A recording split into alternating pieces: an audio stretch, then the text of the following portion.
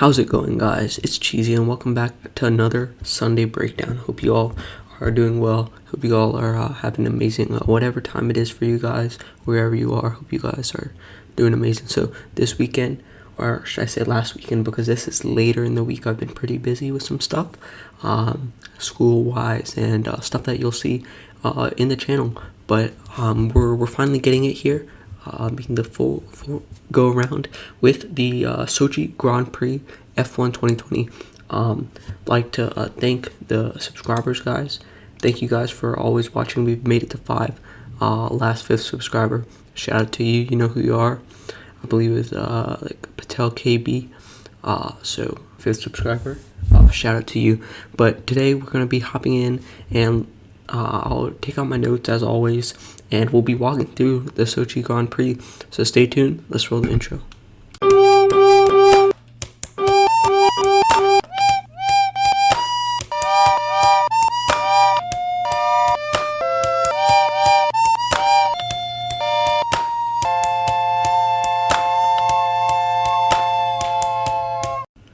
So guys, the Sochi Grand Prix, it was a fun one. This is a fun circuit. Always enjoyable to watch the races go around here. Vladimir Putin didn't show up, so he doesn't get that podium this year. I don't know what's up with that. Probably coronavirus. But it's a special occasion when he does give the podium winners their trophy. But that was not the case. I would say that it was high risk because of everything that's going on. But it was nice to see everyone out there still racing, of course. And I think that this was a pretty eventful race. Not as eventful as the other ones, but I would say this was definitely one that if you go back and watch it, it would be very fun and pleasure to watch. So now hopping in to FP1, free practice 1 of the 2020 Russian Grand Prix. And we have Valtteri Bottas going fastest. And we'll see the midfield cars showing a lot of pace during these free practice sessions. But he sets a time of 1:34.9. And my boy Danny Rick in the Renault only 5/10 behind him. So definitely pushing and showing a lot of pace.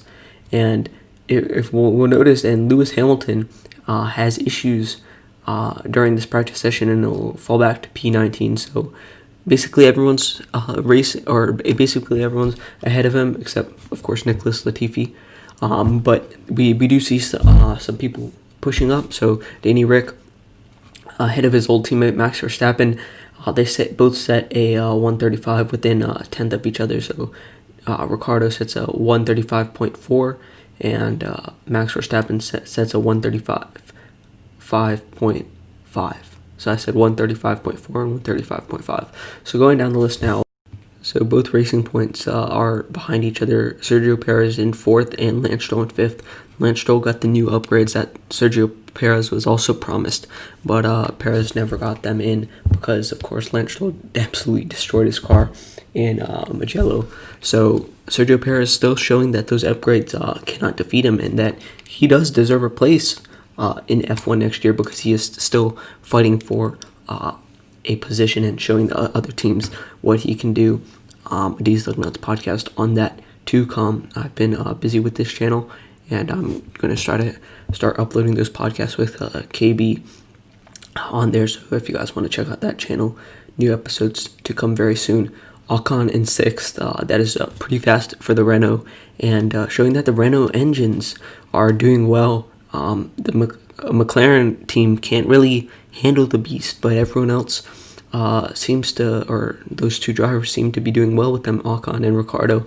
Kvyat in 7th at his home Grand Prix, Albon in 8th, and Vettel in 9th, and Gasly in 10th. So Gasly coming off the high still, I think we could say that, and keeping it within the top 10, but not showing that it was not showing us that it wasn't luck. So right now we're assuming that he got lucky. I think he is an incredible driver, but he has to show that he can consistently do that. Charles Leclerc pushing that Ferrari engine to the limit, I would say, and coming in with a P11 in free practice 1. Sainz and Norris 12 and 13, so they're also not being able to hold the power of that Renault engine. Giovinazzi or Giovinazzi, however your pronunciation is. Let me know how it's pronounced in the comments below, because I really want to know that. So, but he coming in P14, Kimi in 15th, Magnussen in 16th, Russell 17th, Grosjean 18th, Hamilton 19th, and Latifi 20th. So Hamilton having the issues there, and not setting a amazingly fast time, which was a little bit disappointing to see, but bouncing back later in the afternoon of Friday and coming in at P2, still behind Bottas, but very close up to him with a 133.7, Bottas sitting a 133.5. Danny Rick, so still Danny Rick pushing with the 134.5, so just a second behind Bottas, which is still P3 in FP3, which is amazing. So hands down, amazing result by Ricardo this time. I was disappointed to see him not finish so as high up to this weekend, but he was doing a great job. So Carlos Sainz in 4th, so and Lando Norris in 5th. So discard what I said before. They do get comfortable with it in FP2. Perez in 6th, Verstappen in 7th, Leclerc in 8th, Ocon in 9th, and Vettel in 10th. So Verstappen falling back. Sergio Perez miles ahead of Lance Stroll and Charles Leclerc and Sebastian Vettel in their Ferraris, showing that they still have that pace, which is a nice thing to see. Gasly in 11th, Albon in 12th, and Kvyat in 13th. So we basically, what I would call all three Toro Rosso drivers or AlphaTauri drivers. We have one Red Bull Racing Honda, and then 3 AlphaTauri Honda. Albon still in there. Hasn't proven his worth because he isn't performing like Ricardo did in that Red Bull, and he's definitely not outperforming his teammate Max Verstappen or even getting really close to him consistently. But we'll see, because he's sandwiched in between the two AlphaTauris, which he should have a better car in theory, but not showing that he has the control or pace over that. Raikkonen in 14th, so Kimi in 14th, Latifi in 15th, so Latifi ahead of his other Williams teammate, George Russell. Lance Stroll fell back to 17th. I believe they had issues there as well. Magnussen in 18th, and Giovinazzi 19th, and Roman Grosjean 20th. So Haas, as always, towards the end, and Raikkonen is still putting in the time, putting in the effort, and pushing up ahead, which we like to see, because I don't want the Iceman to leave so early. It'll be definitely an end of an era, but the mid-team fields showing that they can get pace, and Sebastian Vettel and Charles Leclerc showing that they can get at the back end of the top 10. So still within the top 10, but in the back end, and I think that's where they'll be standing for most of this season and next season. So we pray for you, Carlos Sainz. May the Lord help you out next season, because it'll be a rough one. So Hamilton in the Merc goes fastest in FP3 with a 133.2. So everyone's going faster than before, and Bottas behind. Carlos Sainz 3rd, Ocon 4th, and we see Ricardo fall back to 10th this round, but we're still seeing those Renault-powered engines still have that presence within the mid top 10, 4, 5, 6, 3, 4, 5, 6 area, which is nice to see. Sergio Perez 5th, ahead of his teammate, Daddy Stroll pulled some strings to get that updates and car changes in, but still performing, and I think that he definitely deserves a spot next year, whether it is for one of the lower teams, or whether it is for I think that the lower teams are the only ones looking right now, because Ferrari has theirs, Mercedes basically has theirs. I don't see any change that will come soon in the Mercs, but showing that he deserves a spot. Verstappen behind Perez, so Verstappen still struggling with that car. I don't remember what the issue is, but he hasn't raced it in a while. As we see, he had a couple did-not finishes, so he has to get used to that car. Sebastian Vettel in 7th, So showing that he can handle the Ferrari in this time. I think he did get a little bit lucky, but Lance Stroll behind him, Daniel Kvyat and Danny Rick behind him. So Pierre Gasly 11th, Charles Leclerc 12th, Russell 13th, so Russell putting it up there, Grosjean 14th, Latifi 15th, so Latifi qualifying ahead of everyone. But you also can see that Lando Norris and Alexander Albon didn't have great runs because of I actually don't know, but they just didn't have good rate runs, and we know that they can do better. So they kind of cheesed it, I guess you could say. But I think I left off on Magnussen 16th, Giovinazzi 17th, and Raikkonen 18th, and then Albon and Norris 19 and 20, as I said. So everyone's showing alright pace. They're spreading out the field, so we are seeing some of the midfield drivers come up, some of the back runners moving up. But it's nice to see that the grid can move around a little bit. But qualifying does not go as planned. We have a red flag actually in qualifying because Sebastian Vettel damages his car. Ooh, I spoke too soon. That's in FP or that's in Q2. So Q1 goes smoothly, I believe, to my knowledge, unless I missed anything.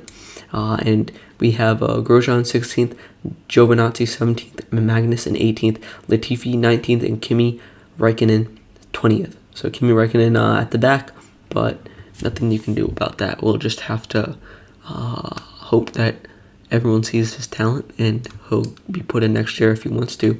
So at Q2 is where we had our issues. So you set the first lap early. Of course, everyone set their first lap a little bit early. But Seb spun out and Spinala, I think that's how you pronounce it, and broke his front wing, debris everywhere, bringing out a red flag during Q2. So he paused the session and cleaned up everything, and that messed up with everything.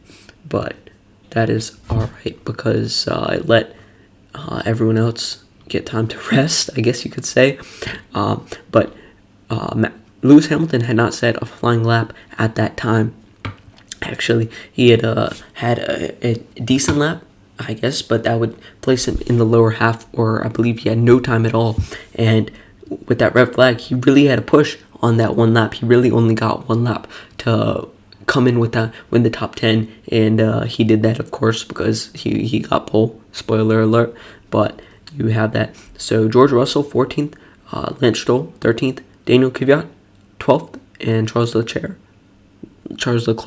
my bad, 11th. So still Daniel Kvyat and Lance Stroll, who should be in the top 10, not making it quite there yet. And we also see George Russell showing that he can move into Q2 and that he can push with the big boys. So I think that he deserves a shot at one of the higher level teams. When Mercedes has an opening, he can hop in. But I would really like to see him within that window. So Albon goes 10th. Moving up here, Albon goes 10th in Q3 with a 133.008.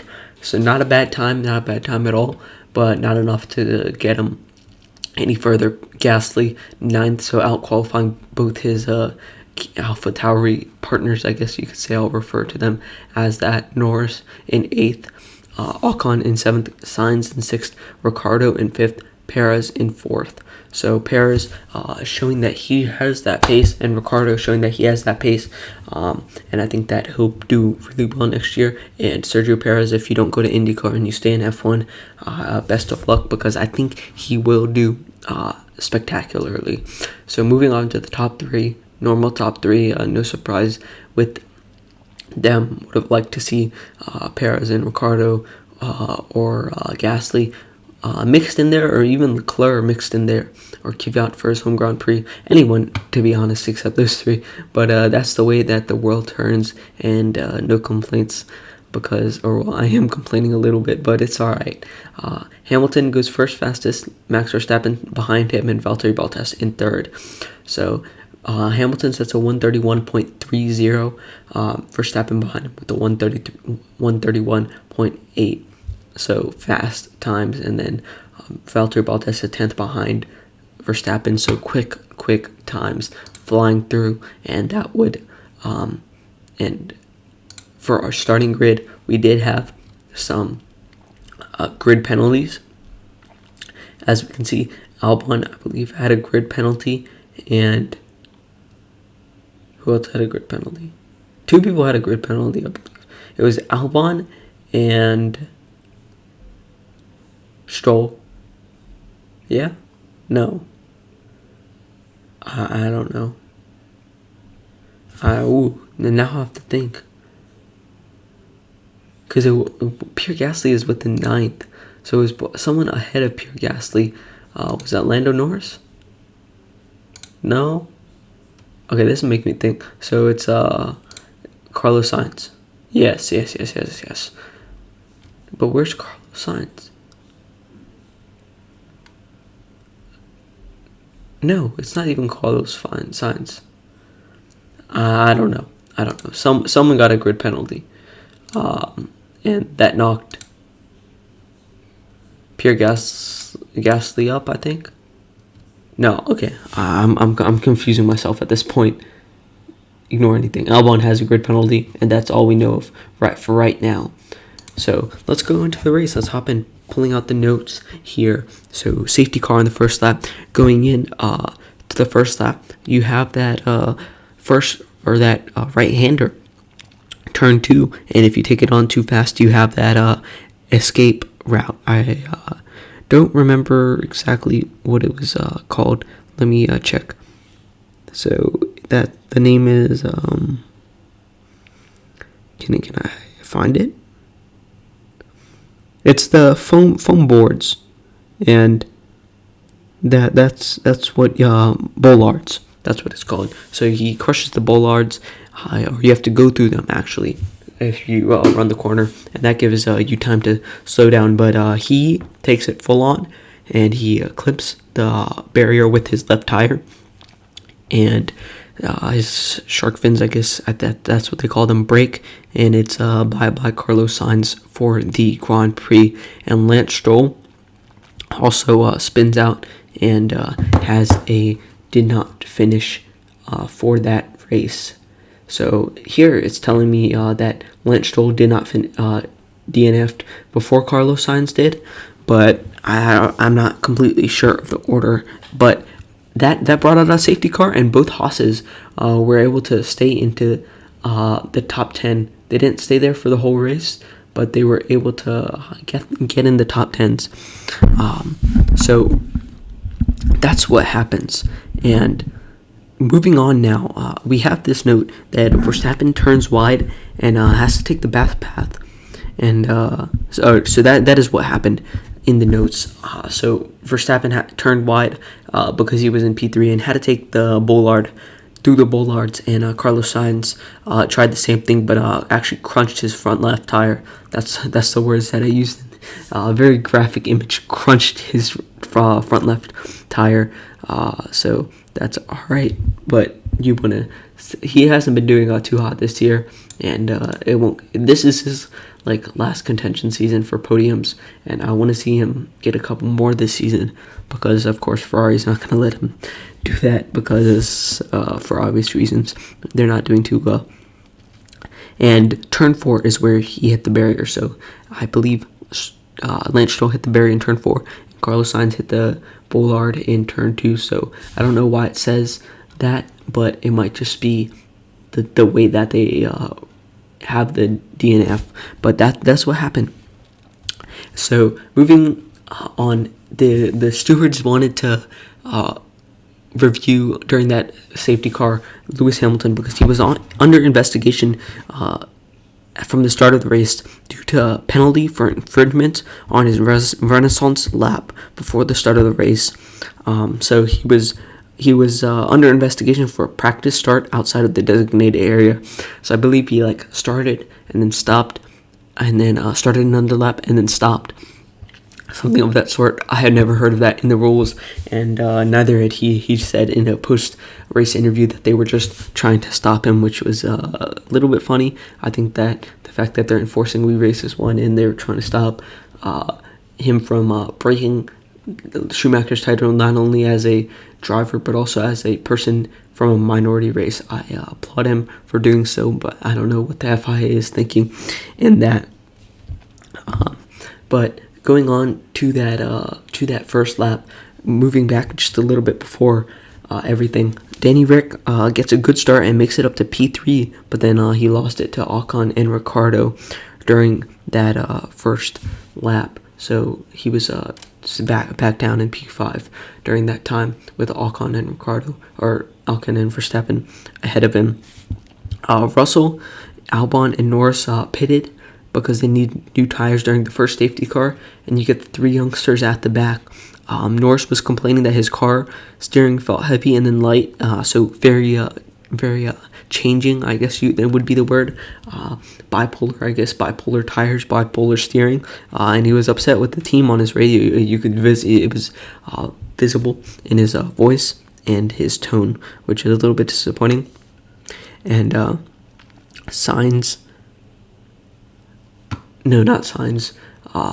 Albon, I believe, had a pit because he ran over the debris, and Norris also had a pit because he ran over the debris. So he had two issues there: his bipolar steering and his tires. So he pitted for that. They couldn't do anything about his bipolar steering except just try to walk it off or race it off. So that was just interesting there, that all three of the youngsters would be at the back and be able racing each other once again. But second race in a row that both Sainz and Stroll are out. You have Sainz get that very atrocious crash, and so does Lance Stroll in Mugello, and that's not too good. Both were very atrocious. I would say that Lance Stroll was more atrocious, but that's not up for me to say. Let me know which one do you think was worse. I think Carlos Sainz was more scary at the moment, but Lance Stroll was more scary after he got out of the car. But both you could see they were very scared in their dash cam. So it was under investigation of the Carlos Sainz crash that he actually clips Charles Leclerc's tire, and that spins him out, and that's what sent him flying. So his future teammate there.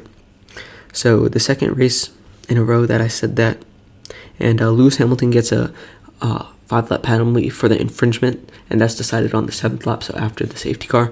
And then he gets another 5-second penalty at the end of the 7th lap, so they decided a couple seconds after each other, and so that's two 10-second penalties. So I don't know why they would give, I'm complaining about the penalty, but I also don't understand why they would give him two 5-second penalties instead of one 10-second. I don't know.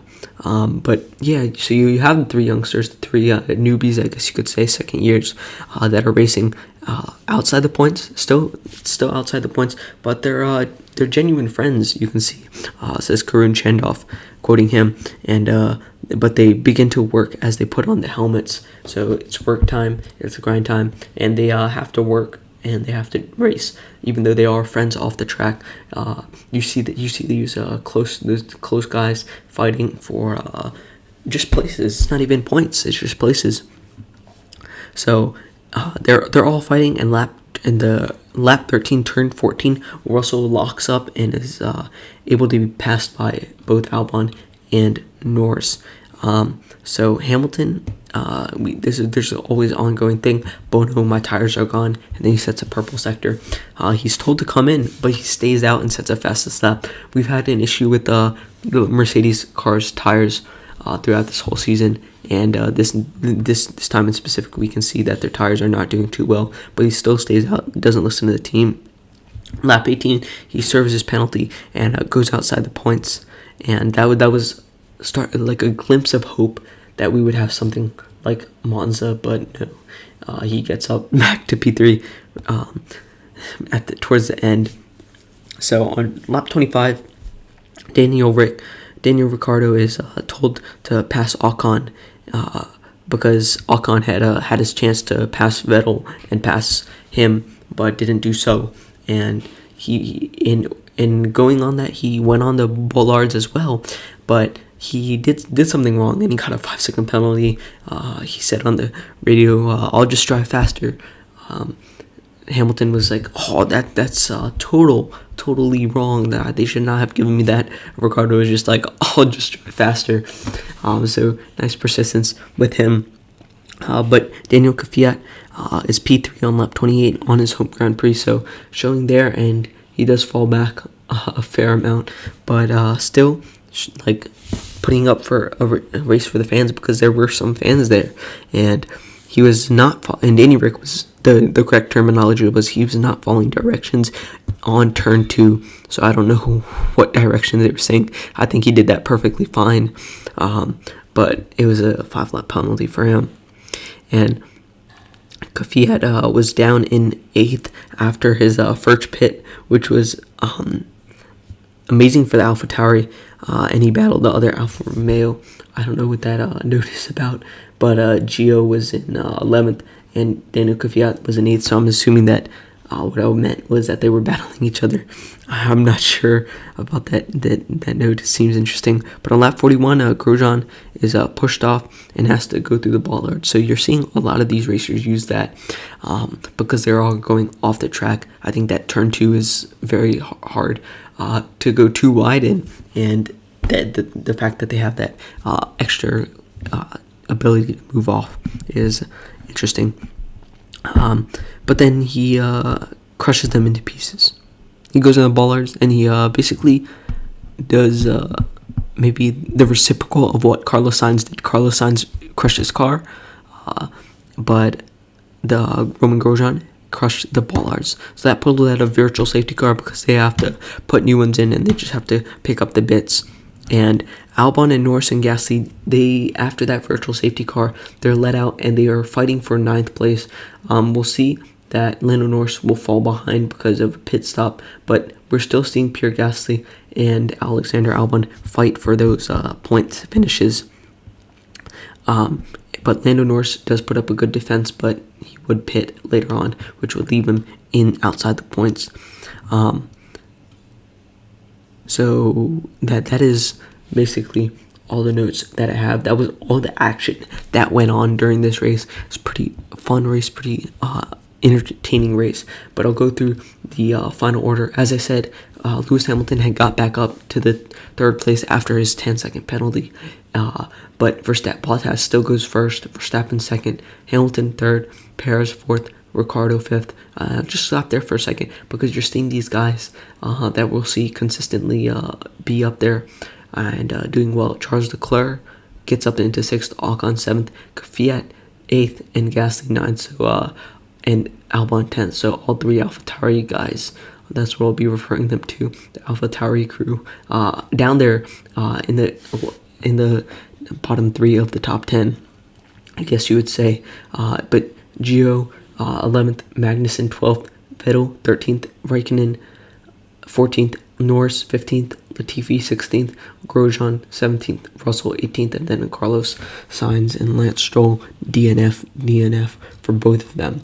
But we're seeing Magnussen surprisingly do well, Giovinazzi surprisingly do well, and Charles Leclerc surprisingly do well, and Daniel Kvyat surprisingly do well. All these guys are outperforming their cars, and we've seen that not a lot this season. Not a lot of guys outperforming their cars, especially the Ferraris. Charles Leclerc has gotten cheeky podiums here and there, but not a lot of guys doing that, and I think that's nice to see Magnussen showing that he can do some damage to those guys towards the back in his Haas, and I think that is very important to watch out for the rest of the season. So guys, that wraps up this Sunday breakdown. If you enjoyed, please be sure to leave a like and consider subscribing. I hope you guys are having a great rest of the day, and until next time, peace.